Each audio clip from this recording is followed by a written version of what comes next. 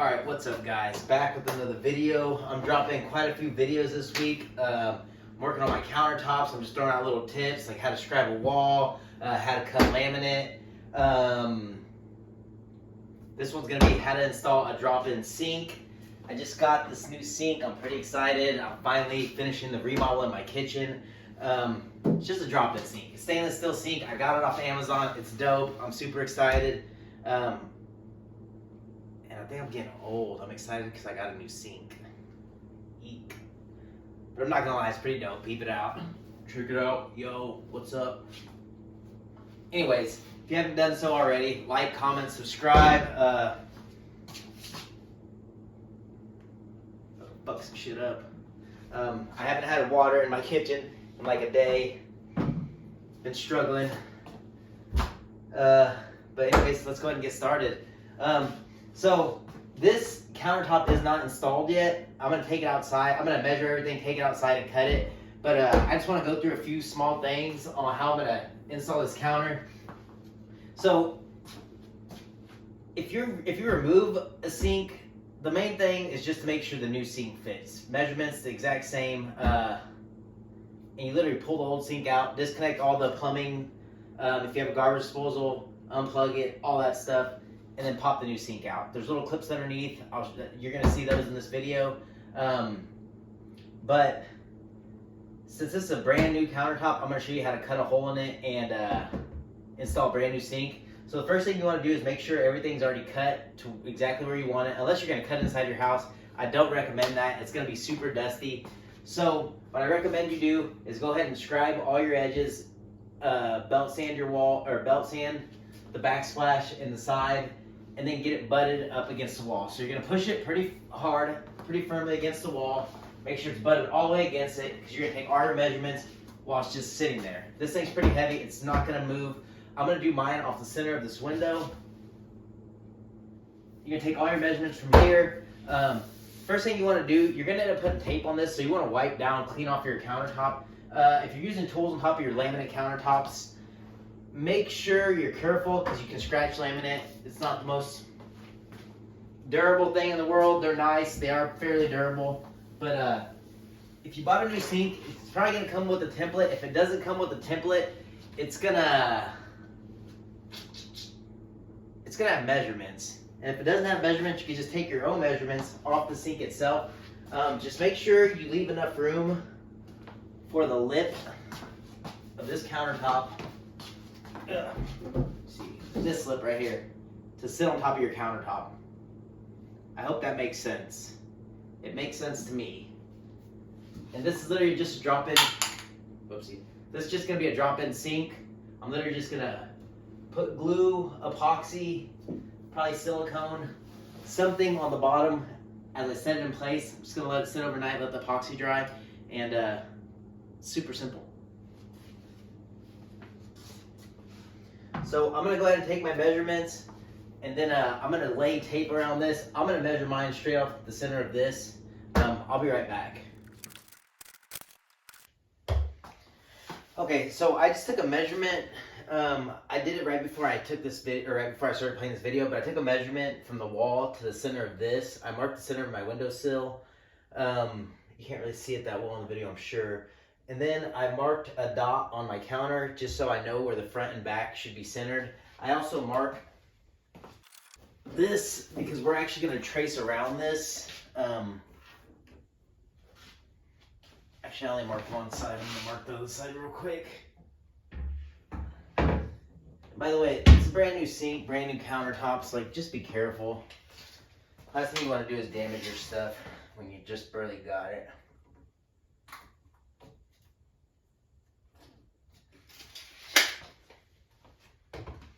So we're gonna use it. I've been using a Sharpie. I just put a dot on the countertop. It's gonna be covered by this, and or I can just wipe it off later. I really like the sink. I'm really excited, man. Like little kid excited, like old people excited. So I'm literally just gonna center that with a dot that I put on the countertop. The dot that's on that. But yeah, check this out. Bought my kiddo a little stool. So when he wants snacks, he can come stand over here, pull it open, see what he wants. And he's 6, so like he can reach some of the stuff on the bottom, but he can't reach the stuff on the top. So he could, sorry, went off on a tangent, but I bought this for him so he could just come tell me what he wants. Kind of cool, but I'm gonna use it. And the biggest thing, something else too, you want to keep in mind, you don't want to cut this too close to the front, because if you cut it too close to the front, there's a chance this might hit your cabinets, and I don't know what you're gonna have to modify in there. I've never done it, but I just figure as long as I stay a couple inches in, I should be fine. And I think it's gonna be pretty good, man. Pretty excited right now. But anyways, you're gonna trace around this, and then you're gonna take a negative, you're gonna trace around this, outline it, and then trace around it again. You're gonna do this with a pencil, and then you're gonna take a negative dimension from this side and this side, and then draw an interior square on the outerior, the same as this. I'll show you in a minute. So you're gonna draw a square, and then you're gonna take a dimension, and then draw another smaller square on the inside, and that's actually where your sink's gonna sit.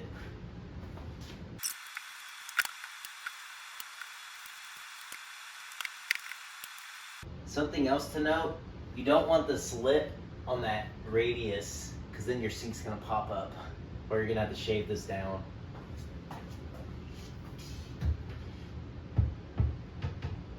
I don't know why that's...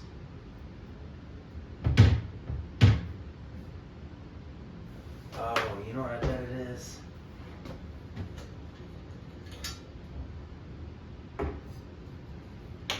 That's where the new faucet's gonna go. Yeah, that's a lot better. Not very much play now. I was like, what the hell's going on?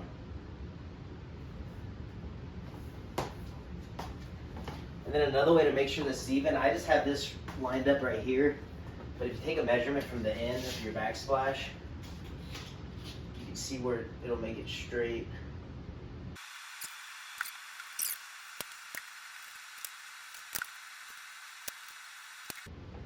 That right there is almost perfect. I just need to find a pencil.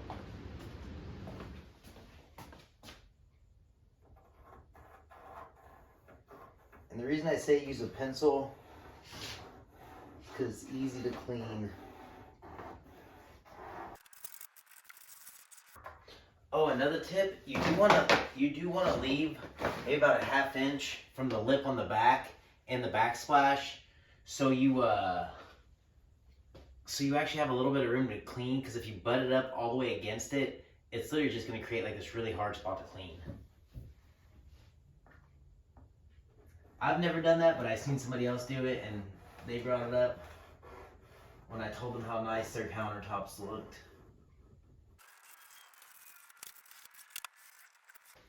So you have that all outlined, or I have that all outlined. You're just gonna pull your sink off, and your outline's gonna be there. That's actually where your sink's gonna be. Next thing you're gonna do is take a measurement from this edge, from each side of the lip, and this back lip, and then you're gonna draw a square on the inside of this.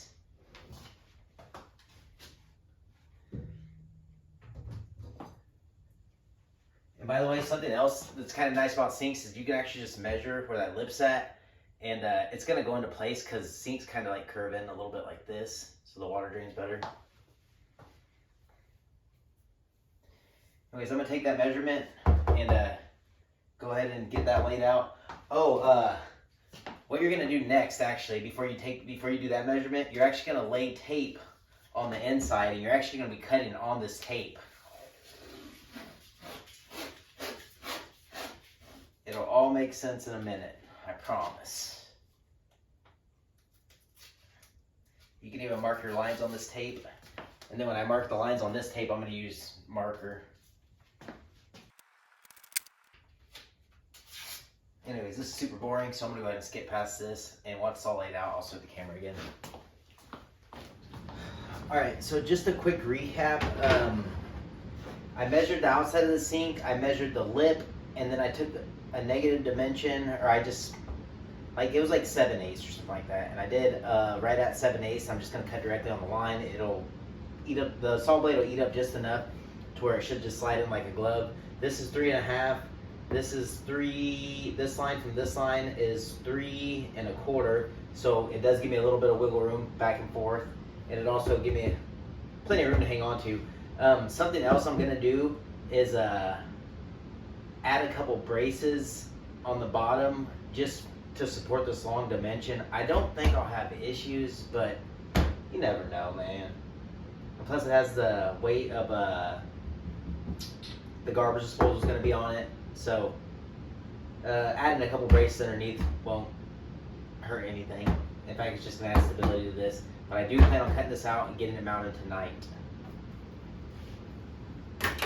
Might be a long night. But something else you want to do, so you take the outside dimension, you take your inside dimension. The inside dimension is actually what you're going to cut on top of. The reason for the tape is so when you're cutting, it doesn't chip the laminate at all. It's easy to damage laminate when you're cutting it, especially with a jigsaw. What I'm going to do is use a regular drill. I'm going to drill a hole just big enough for my jigsaw, or the saw on my jigsaw, and then I'm going to cut around it with my jigsaw. Should be simple. Something else, you don't want this part just to fall out. I'm going to take this outside and cut it, but you don't want this big chunk just to fall out onto the ground, because when it falls, it's going to snap and it could damage your laminate somewhere. So I'm going to go ahead and I'm going to probably drill a hole here and a hole here, and then I'm going to cut out the center slot. You know what? I'm probably going to cut this completely out and this completely out, and then I'm going to add a board all the way across it just to support that from falling out. And I'm going to drill through the board into the laminate so it supports the laminate and keeps the laminate from falling out after I'm done cutting it. But I'm going to go ahead and get started. I'm going to take everything off, take this laminate outside. I'll set you up outside and get started.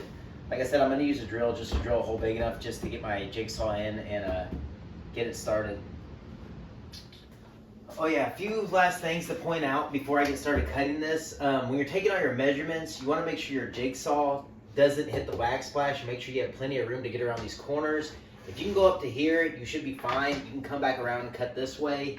But you do want to make sure your blade will reach without hitting that backsplash, because if not, you'll be in a ton of trouble. Something else I would recommend is marking from the bottom. Even though you already took all these measurements, you think you're good, just to be safe, just make sure everything's still pressed against the wall. You want to mark from the bottom, but it's just to make sure that your sink's actually going to fit in without interfering with anything.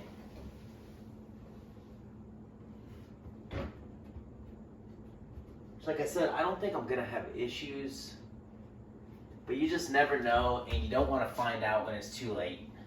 So pretty much make sure this fits. Make sure you have enough clearance from the front of your sink to the bracing on the inside of this sink. And something else, make sure you use the right blades. There's actually laminate blades for jigsaws. They just have more teeth, and instead of being like serrated going one way, they're literally just like sharp teeth going down. Like they literally just point straight out, so they don't chip your laminate.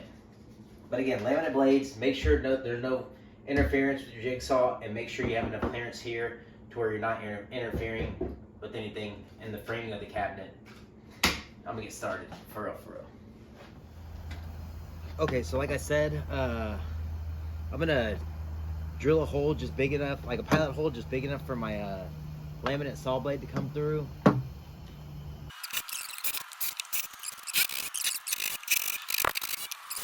Now just start cutting out this hole. Like I said, I'm gonna cut out this entire area first. I'm happy I could drill all 4 of these actually, but I'm gonna cut out this entire area first, and then I'm gonna put a piece of just scrap wood, just keep this from falling.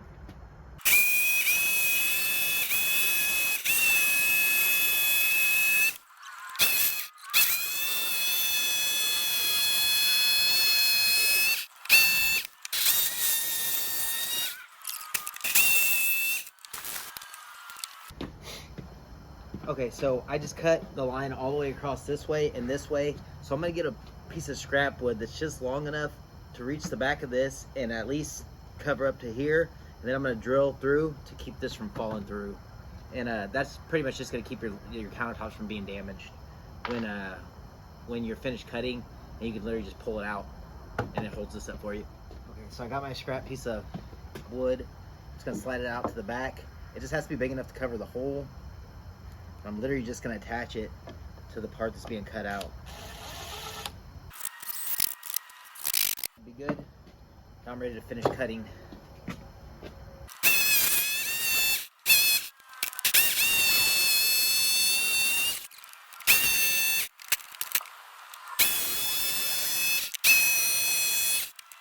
This is actually what I was talking about. So you don't want this big chunk just snapping off. Ugh. Well,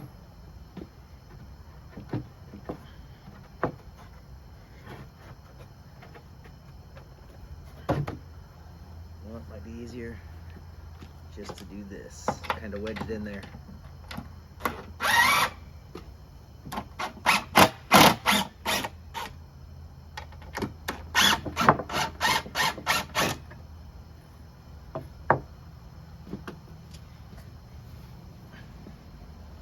I just got this last little corner to cut. Really any weight on that, so it should be fine.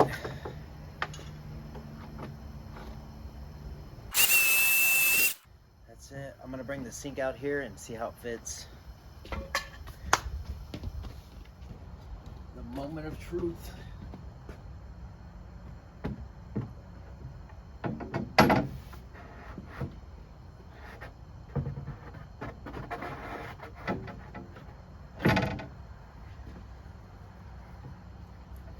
Like a glove. I'm excited right now. Muy excited. Oh, by the way, I did leave a little bit of wiggle room for it to go front and back, just in case I did need to move it up. So I left about a 1/4 inch total. Maybe a little more, maybe about 3/8. But there's plenty of lip on this side, plenty of lip on both sides. But I think I'm gonna be able to move it all the way forward. Okay, so I brought it back in. I just wanted to show what it looks like at the end. Drop-in sink. It turned out nearly perfect. Honestly, I couldn't be happier with it.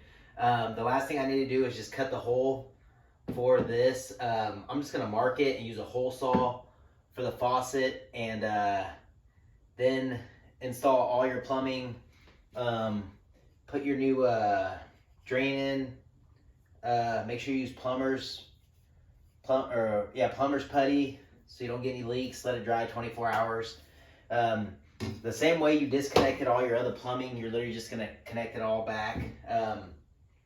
You might have to reconfigure that a little, but like I said, this is pretty much just a video on how to install your drop-in sink. It's super simple.